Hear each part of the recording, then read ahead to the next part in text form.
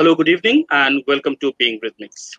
This is our fourth episode, rather fourth event, and we have Dr. Jayaditya Purkayastha, a prominent herpetologist and a biodiversity professional, with us as a guest today. We are celebrating the theme of Time for Nature. That is the theme. The World Environment Day is celebrated this year, and with this topic, we'll be starting our conversation today. First of all, I would like to welcome Dr. Jayaditya Purkayastha to my show. So, Dr. Purkasta, my first question to you is that this year the theme for World Environment Day is time for nature. Hmm. Don't you think that it is too late to think for time for nature? Don't you think that we are a decade behind of thinking such thing? Mm, there is we are late, but I always believe that once at least we have some motivation. So if we have that motivation that we wanted to start, the problem is that it's not like even if we start now, we can do something good at certain point of time. But it's I still believe that though it's late, but it's not that late that we cannot do achieve something which is to achieve anything. It would not be too late, but the thing is that it should not be a one day program. The thing is that time for nature. So after World Environment Day goes off, now we are on 7th. So along with the 2 days, the time for nature will also fade away. All the thing that I believe to be done regarding environment should be uh, in a persistent basis. It should not be a very big thing. Many of us try to think of huge things that we want to do or big things. It is not necessary. The thing should be maybe very small, but we have to repeat it over and over and over again if we have to see result. So one day, huge gathering, lakhs of money spent, time for nature. There is a program, there is a program, here is a program, and then after fifth, everything is gone. That is not time for nature. That is a nuisance. So according to you, it is the consistency that matters throughout the year, throughout the month, so that the awareness and other things can do better for the environment.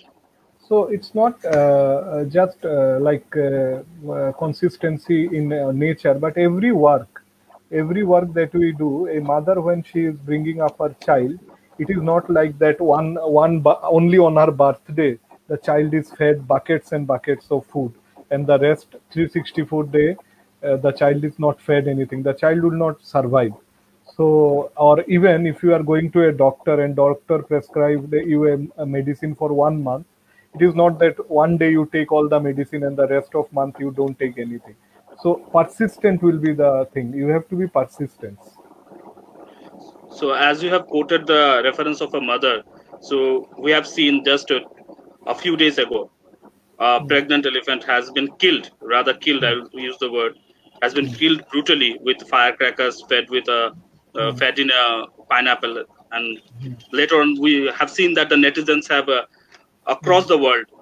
criticized the matter. Hmm. Similarly, in Haryana or Himachal, there is another incident that a cow is fed with such a firecracker uh, Hmm. kind of thing, and her mouth is also being destroyed. Hmm. So, don't you think that these things are means nowadays it is in increasing manner, or the due to this internet war we are seeing it move? Uh, I believe it's both because people are getting less tolerant, of course, because of, see, for example, if you talk in terms of the language that people will understand, the language is like if in a YouTube video, like in yesteryears, we used to see serials and we used to wait for 1 week for the next episode to come. So we were like patient. Nowadays, nobody will wait for this. Media people have killed our thinking process.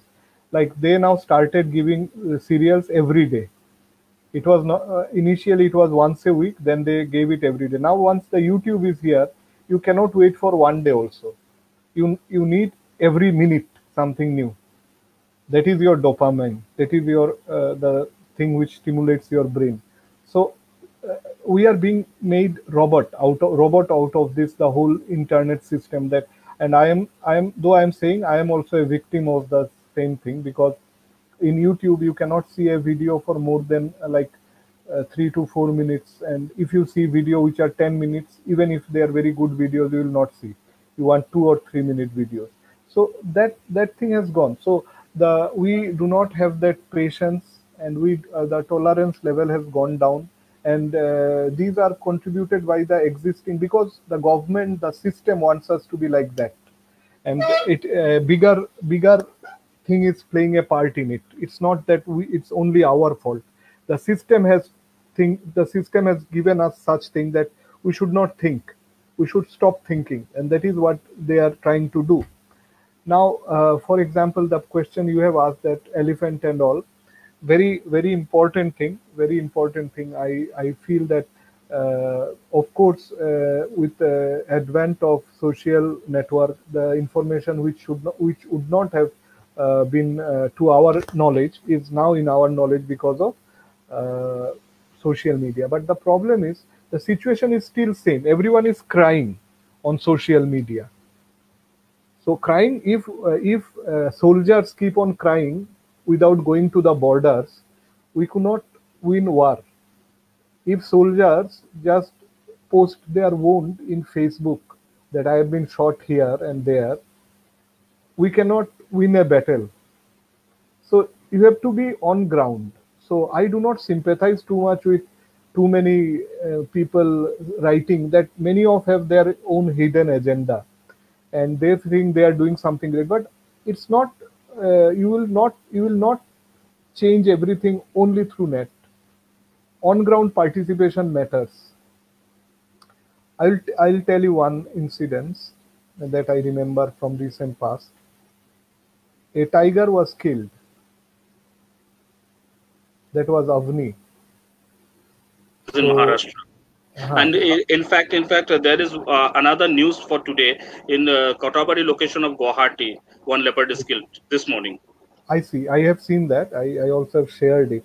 So the point is that that Avni case, those people were doing candlelight, everything, and these are all good.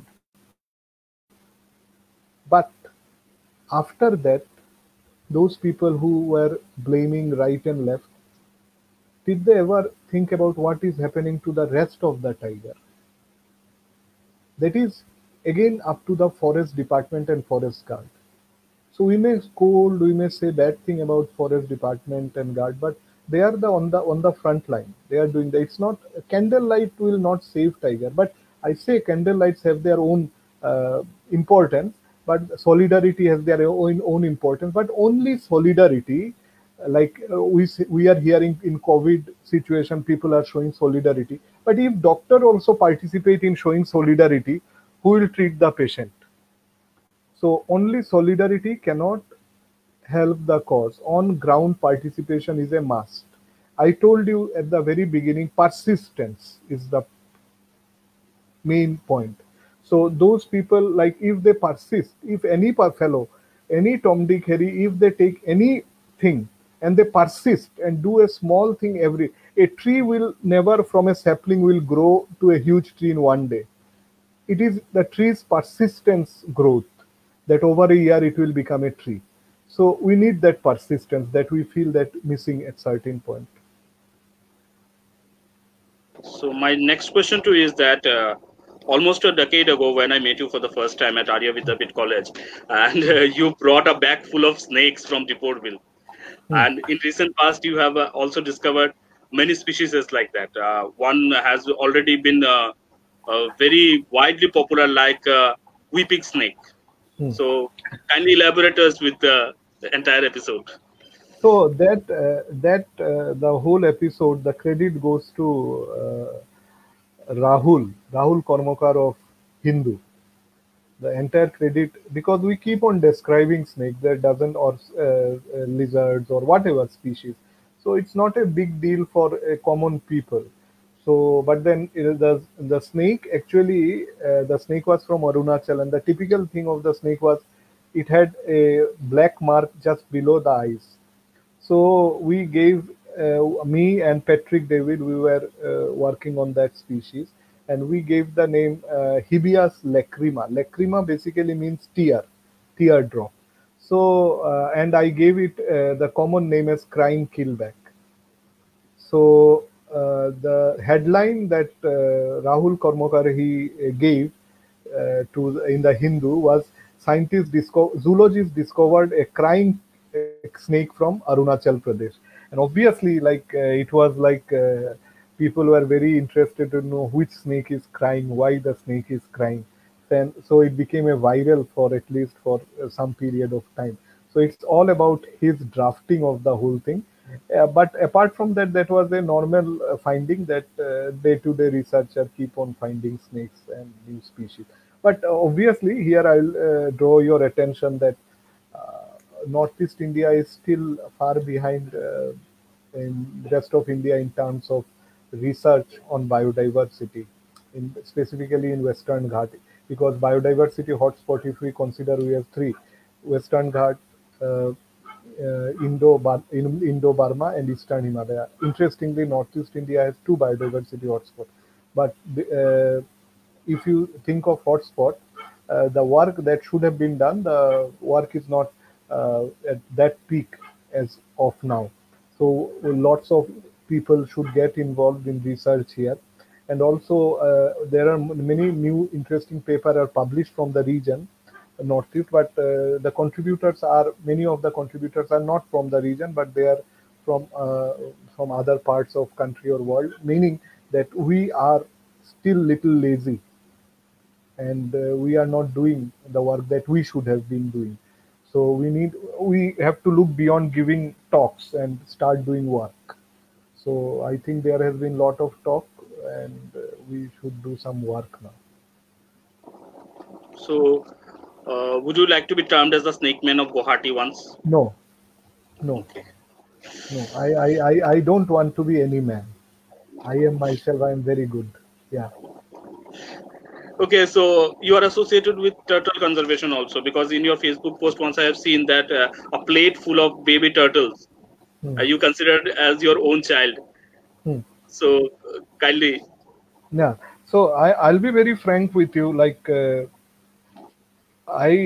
When many people think what you do, and many people activists, they keep on coming to me and talking to me.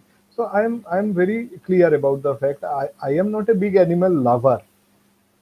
So it's not I love human first. So for the first important animal that I love is human. So anybody who bashes human, I don't like them. So I love human because charity begins at from home, and we are not cars. Human beings are not cars for the nature, because if you say human beings are cars for the nature, you are giving too much emphasis or too much power to yourself. Because we humans are tiny dot in the whole ecosystem. Nature can annihilate us in one day. So like COVID has shown you that how vulnerable we are. So whenever we say that we are human are going to destroy the earth, it's our ego which is speaking that we are giving us too much importance, that we are having the power to destroy the earth. I don't believe we have that power. And earth has seen five in recorded history. Earth has seen five mass extinction, ice ages, and Earth has gone through all this. Asteroid striking the Earth, Earth has survived that. So human can be just a bug. You see, when dogs you take bath, so they have lots of water in their body, and they just do like this, and all just water vanishes. So one day the earth will do like this, and all the human will be vanished. So human are not cuts. But yeah, coming back to your question, the turtles and all. So we have to be very categoric about what are we conserving, and because we do not have we have limited manpower, we have limited resource, we have limited fund. Uh, we have many things which are very limited, and that is the problem. We are facing limitation. So once you are facing limitation, you need to realize which species to save, because you have a very limited opportunity. So you may save a street dog, or you may save a turtle.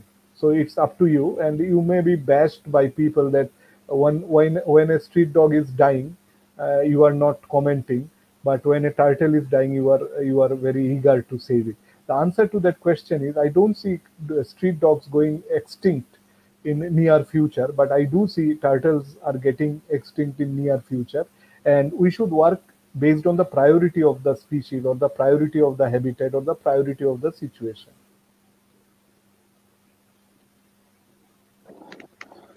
So kindly enlighten us about Help Earth. I know that you are running an organization called Mm. Help Earth.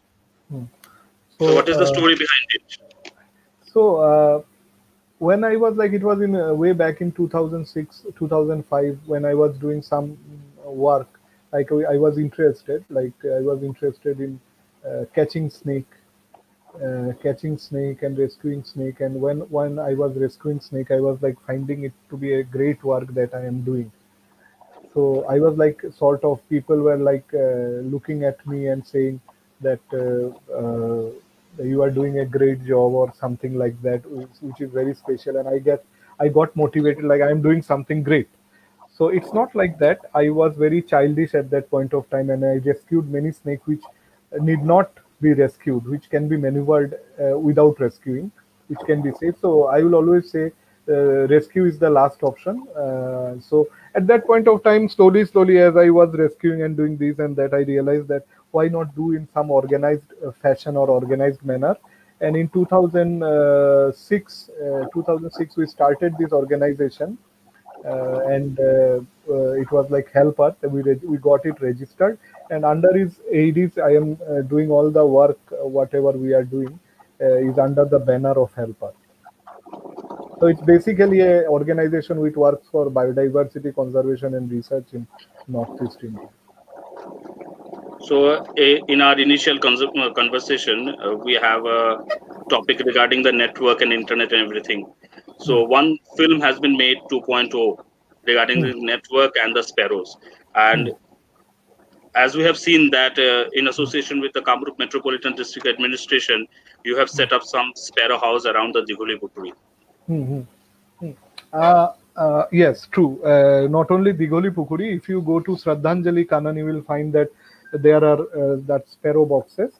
The idea, those sparrow boxes that we have installed are of no use because those are for publicity. Those are colored sparrow boxes.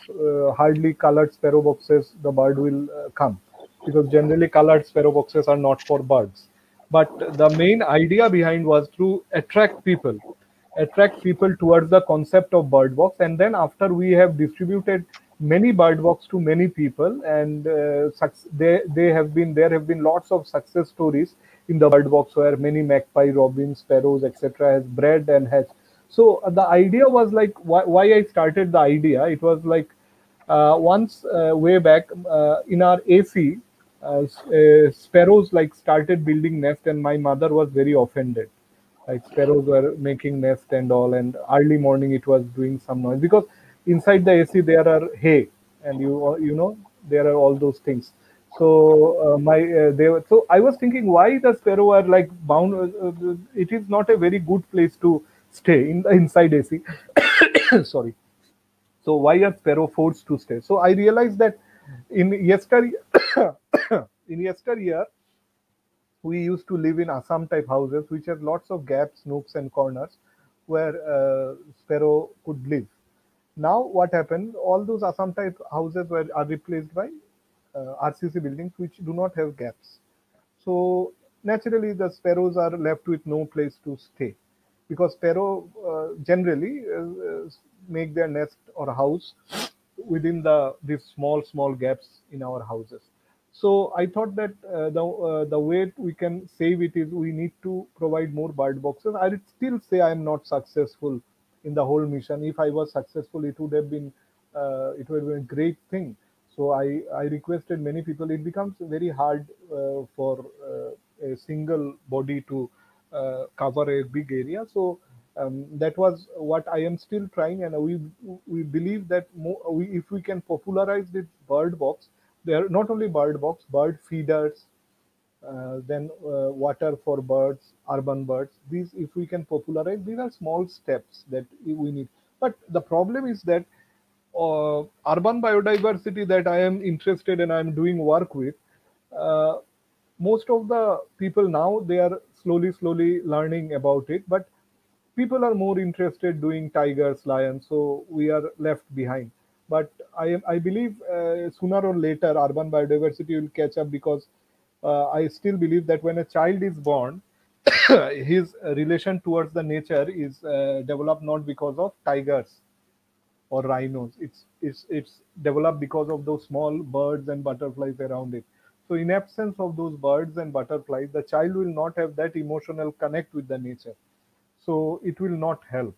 So I believe that should be an important key.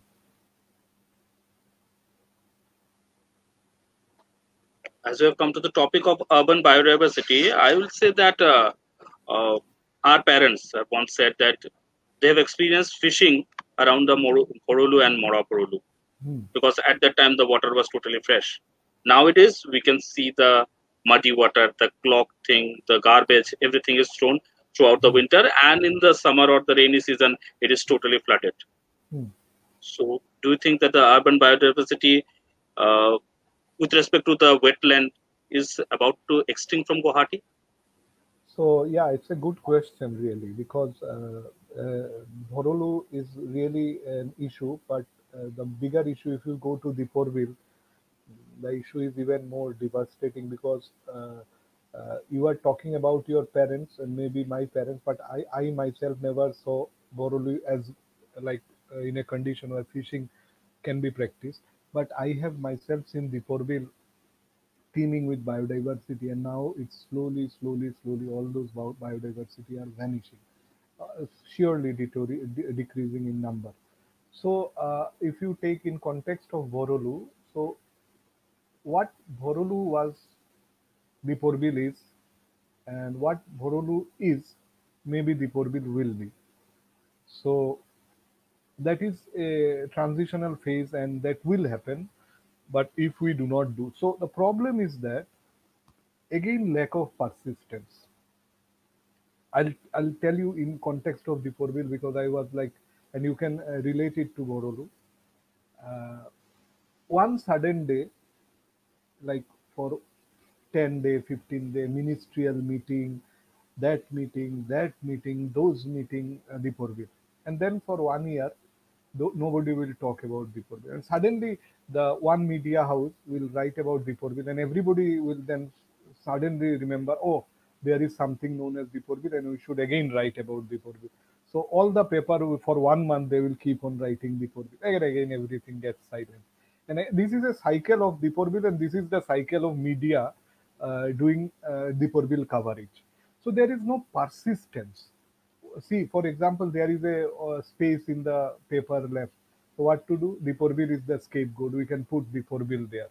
So Diporbil is one of the gem of Guwahati that we are destroying. But I am to be blamed. I cannot tell others that they are only to be blamed, because what I have done, taking photograph, it is going to save Diporbil? No. Doing meeting in the tower house, watchtower of Diporbil will save Diporbil? No. Sending research scholars, doing you're getting money from somewhere and spending on Diporbil and making your biodata stronger, will it help Diporbil? No. So we are to be blamed. The people who are standing in a spot where they have a voice and they are not talking is a problem. They will, everybody is in playing safe with Diporbil. The problem, the Diporbil where there is a problem, nobody is going there, most of that I know of. They are just superficially visiting Diporbil and talking these and this and taking photograph for their project report. It's not going to save. The history will blame you that what you have done for Diporbil. Because the one who is not working on Diporbil, the history will not blame him, because he is no way attached to Diporbil. So now, those who are superficially attached to, after 10, 20 years when the bill will not no longer be there, they will be called on and say, I see your research paper on Diporbil. So if you have done Diporbil work or project on Diporbil, so why the bill has vanished? What contribution have you given to conserve that wetland which has given you name, fame, and even money for many? So what have you done to conserve? similarly maybe have been the case with Borolu, where silence has killed. And this type of silence, see, when we shout, we start the shout with very good intention, but after some time it loses its way behind agenda, and that is why the shout loses its value, because the pristinity, the purity of the sound is lost, and it becomes noise. It is no longer a voice, it is a noise. So that is what is happening with Deeporbil, and maybe at past I can relate to that, that same could have been happening with Borolu. So now everybody is suffering from flood. Why Deeporbil, Borolu are so important for us? It's not for someone to fish or something. We are suffering from flood. We have water inside our house and no water in the well. A catch 22 situation. And the reason is because we have eaten all our wetlands. So where the water will be getting water holding space, there is no water holding, because of the no water holding space, water is entering our house, and this water holding place would have allowed the water to seep through the soil and recharge the groundwater. Double loss. So are we talking, even if you are talking about World Environment Day, we are doing, do you think we are doing great? All the meetings of World Environment Day, and we are every day talking about climate change, we all are to be blamed. We talk about climate change and do the World Environment Day meeting in AC room. Bring the people outside. Let's see who stands there in the outside in the sun and do World Environment Day. The one who is left behind is the real hero or champion. Question came from a guest or other audience that snake charming used to be one of the profession of a section of people. So, do you support it or do you oppose it? See, legally snake charming, there is no way that you can go for snake charming nowadays, because um, all the snakes that were used by the snake charmer, most of them are scheduled species. So you are going to jail if you are supporting that. But on philosophical level or personal level, I'll say these snake charmers were doing not good thing, because they were like uh, breaking the fangs of the snake, and then venom gland they were taking it out, and the snake will 60 to 90 days every snake will die, and they were kept in a very bad way. So this is absolutely an animal abuse, and every dignity of life should be equal for all. If you kill, like if you are killing a chicken, you may say that I am killing a chicken. I have no problem because it is your food. But if you house the chicken before killing in a very miserable way, that is my problem. Dignity of life. As long as it is surviving, you should be giving it the proper respect. Even if you are eating it, you should give it a proper respect. Even when people are hanged before in the jail, they are given all the food they want. They are given best of their feeling, and whatever comfort they can be given, they are given. It is not without any reason. So respect life. If death comes, it's okay, but as long as you are living, you have to respect life. That is a big problem, and I believe in snake charming there is no respect for life. Okay, one thing is that as the urbanization has destroyed the biodiversity of Guwahati, so what do you think it is the alternative? Because what See, has been destroyed, it cannot be regained back. so I believe that I'll not say destroyed. See, again, if I say it is destroyed, so it will be very anti-human. And I still told you I love human. So because in urban landscape we destroyed and we are living here, so it is our habitat and we have made it our habitat and we are living. We are also a species. So it is our habitat, and if it was destroyed, we would not have been there. So if I say something is destroyed, I will say the Chernobyl, where no nothing can live, that is destroyed. A volcano, that is destroyed. But this habitat has been altered. I will not say it is destroyed. It is altered to satisfy needs of human. It's a single species. and that is the problem, because it is not taking account of broad spectrum and dealing with human oriented requirements. So that is a big problem. So how we can look ahead? Do simple things right. Don't waste your time thinking of you will be doing a great work.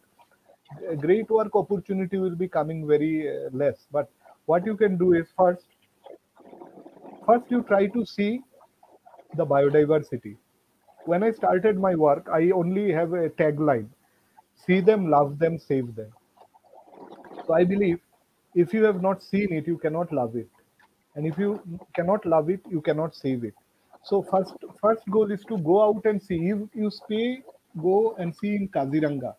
You drive 200 kilometers and go there and stay there and spend there and see a rhino and come back. But have you opened your door and have you seen what stays besides you or around you? So that's a big thing. So you have to see. Otherwise, it's the connection will not be there. Try to see the crows only, how they behave, the sparrows, the magpie robin, the myna, etc., etc. So try to see them, and then you will start believing in the connection between you and nature.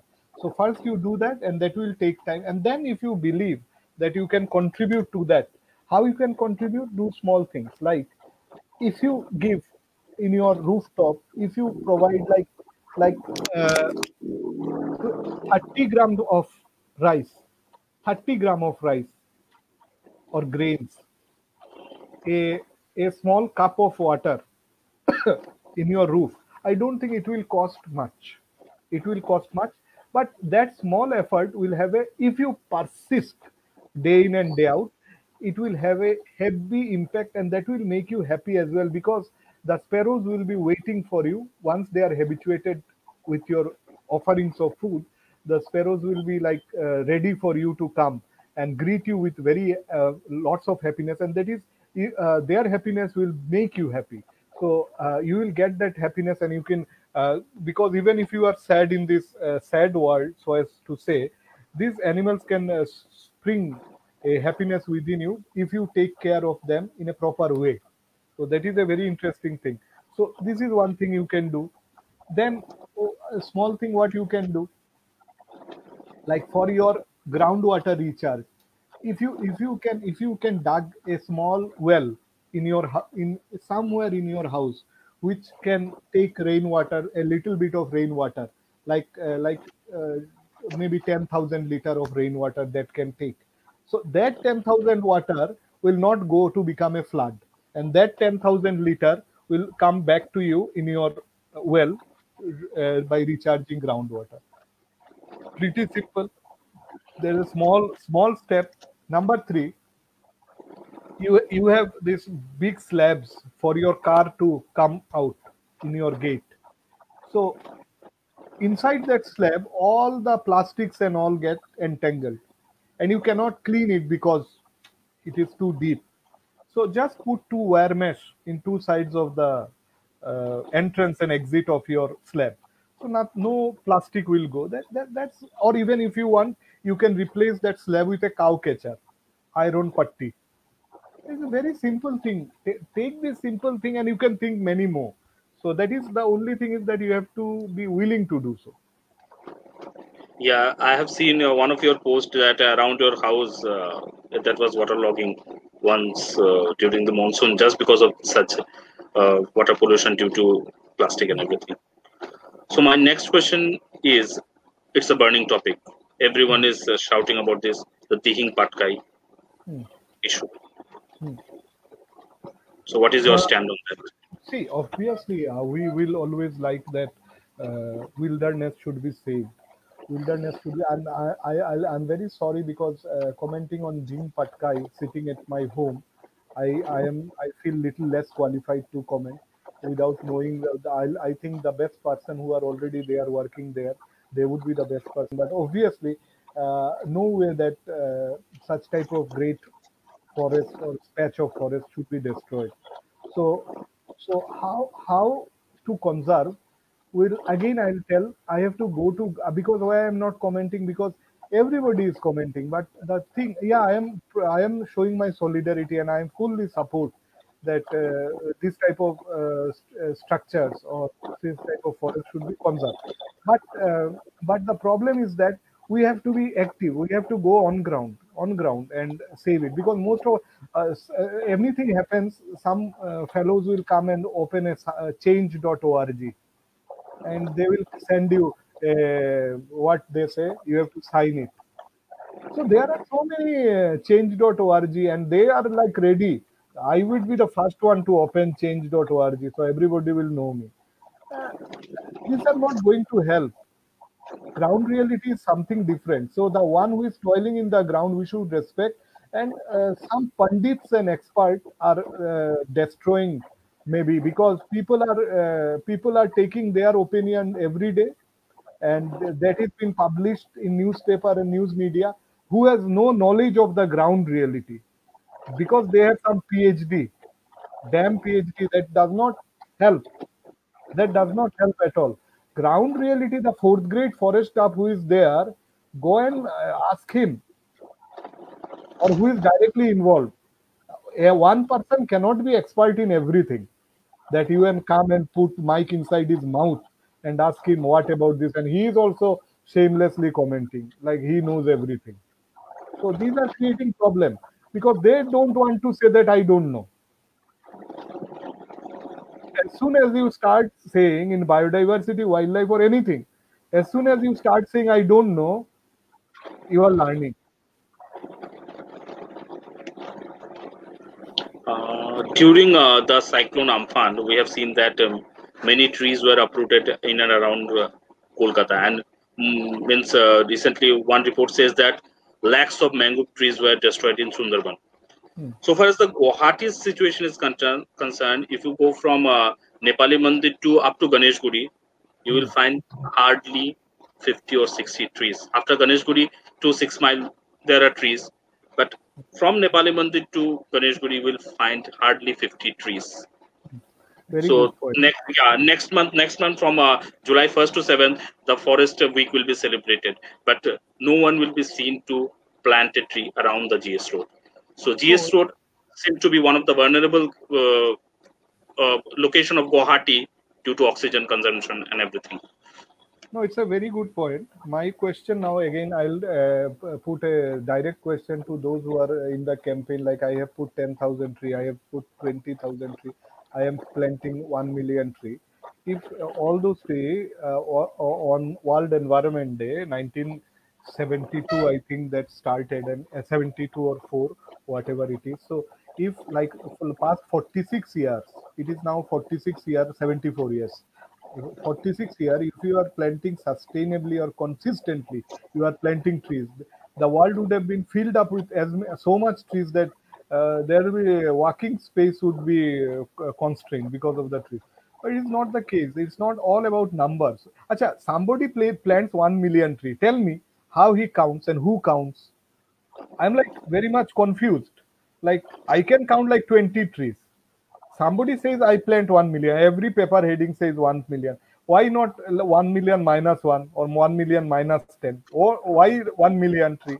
How does it know? How does he know the 1 million tree? So his number game has killed the thing. The number doesn't matter, because as long as you are planting, you see there are no, you say there are less than 50 trees. So number has failed us. And if you see the trees that are being planted also, if you are not considering the old trees, those trees are stupid trees. I should not say, but these are like worthless trees. Some of the trees that are planted, neither they are giving fruit nor they are giving anything. So they are not even a tree which our biodiversity can relate to. They may be a tree just to for planting trees. There are stereotype trees for plantation. These are for plantation. But what about native trees? Like, what about, because trees ultimately will have to fruit and give fruits and all, which biodiversity will be dependent on. How to generate, how to do. It's not everybody is playing a game that I want to. My responsibility is ball. I want to shift it to you. That is the game they are playing. Like, if I put this 100 trees, done, my responsibility is done. But it is not happening, because first this tree plantation drive has to be converted into something which is more sustainable. Like which has some relation to persistence, put less trees, but take care of all the trees.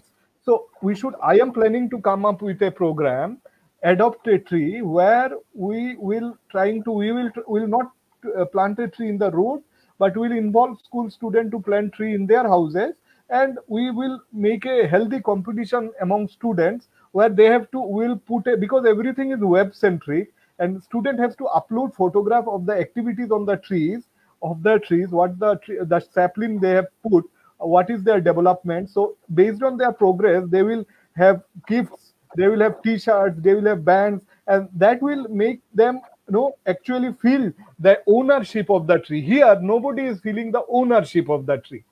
As soon as there is an absence of ownership, the thing will not be saved. My father take care of my even a single paint inside my house. But what happens to the SBI or what happens to the electricity board? He may go and put something gutka. He may spray gutka because he do not feel the ownership. So if you do not feel the ownership, it will never be successful. So make people feel the owners of those, and then I think it will be a success. Quoting your reference, I will say that one picture got viral in social media that Assam Forest Minister Porimal Shuklabuddha, he has planted one tree and he is having the tree with him. That photo went viral. That is on a funny note, but it is the fact that you said that you have to take care of the tree. Ownership is a must. So even if you keep on hugging the tree, it's good. Gives the, when a minister does it, I love it because it says something. It says something positive that they are trying to pass on a message. See, many things are not actually. He will not hug the tree every day.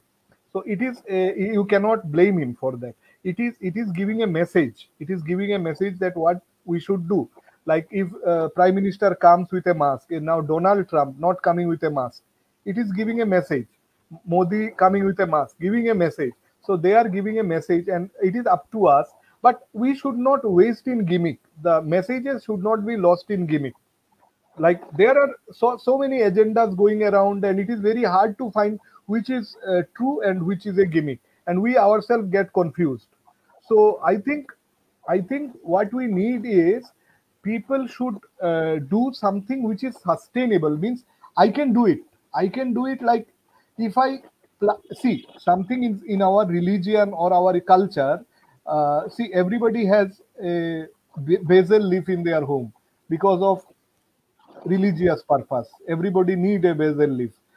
So if you can sustain a basil leaf, it should give you the power to believe that you can sustain many other plants. So you have to have that ownership and self belief that I can do it. So see, when my grandfather he planted some coconut trees now which are big and giving us coconut. I was very young and I was thinking, like I was so emotional at that point of time that I was thinking like he knows that till it gets old and gives fruit, it will not he will not maybe he will not survive. But uh, but but now with in this coconut tree I find him. So he did not vanish. His policy was good. He became immortal in that coconut tree. So whenever I eat a coconut or anything based on the coconut tree, I find him there. So one way to be immortal, because trees live longer. So one way to be immortal is plant trees. So you become immortal and your name get associated even after your death. Yeah, there is a proverb that in the case of palm trees, the grandfather plants the tree and the grandson gets it True. as as the fruit. So we are about to wind up. Snake, turtle, sparrow. What next? Uh, See, I work with snake, frogs, turtles, sparrows, but on different levels. Snake, frogs, and lizards. I work plainly on research basis. Birds, turtles. I work for conservation. But I don't think that what next. But what I believe is when I started working for Birds, and I wrote a book which is not a very good book, Birds of Assam. So when I started that, I realized that I only knew very few birds, like uh, like 10 birds. But when I started working for that book, I slowly learned about bird, and now I know a bit of bird.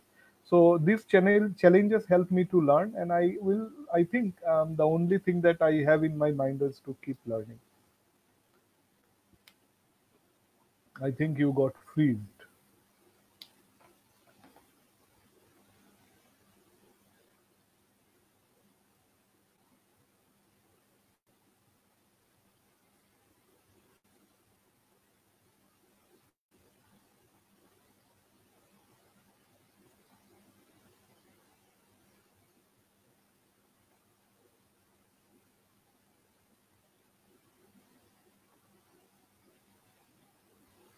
Sorry for the network Uh, interruption. no problem. Yeah. So continue. Yes. That's what I was to say. I will keep learning. Your question was what next? My thing is that I would like to learn more, and maybe some other groups, maybe some butterflies that I yet am yet to learn, and I am learning. So that is great. So if you keep on learning, it basically gives you like pleasure, like it's a dopamine. The one after you eat a cigarette, the or anything intoxicating, the feeling that you have, a similar feeling that you get after accomplishing or writing something. So during the lockdown, I have seen that you have conducted many webinars with many renowned scientists and everyone. Hmm. So what's your feeling about being a part of this Being Rhythmist conversation? It was nice. It was a role reversal. I was like talking to people, trying to get their opinion. But it is always great to be a listener. I will still believe. We talk, and we talk. Sometime if we keep talking for an hour and 2 hours, we'll start talking stupid. So I still believe that if we listen more, that we cannot, most of us cannot, and talk less and listen more, it's only good, because all those people that I have conducted this webinar or interviews on, I learned, and they were like epitome in their own area. So what I learned from many of them is like how to be modest and not lose your footing. They are like icons, giants in their field, and still, when I approach them and then say I'll be there in your meeting or whatever it's so that was a very humbling experience, and I will continue with that so that people can see more of such. These people are hardly they come to public, and I will try to keep on doing the episode so that people can see, and after 10 years they will be kept in the repository of YouTube for everybody to see. So that is a wish that I complete as much as possible. So Dr. Purkar, thank you so much for being with us for this almost hour-long program. And I would Thank like to thank all the audiences here with Being Rhythmics for being with us. Thank you thank so you much. so much. Good night. Thank you. Thank you. Thank you.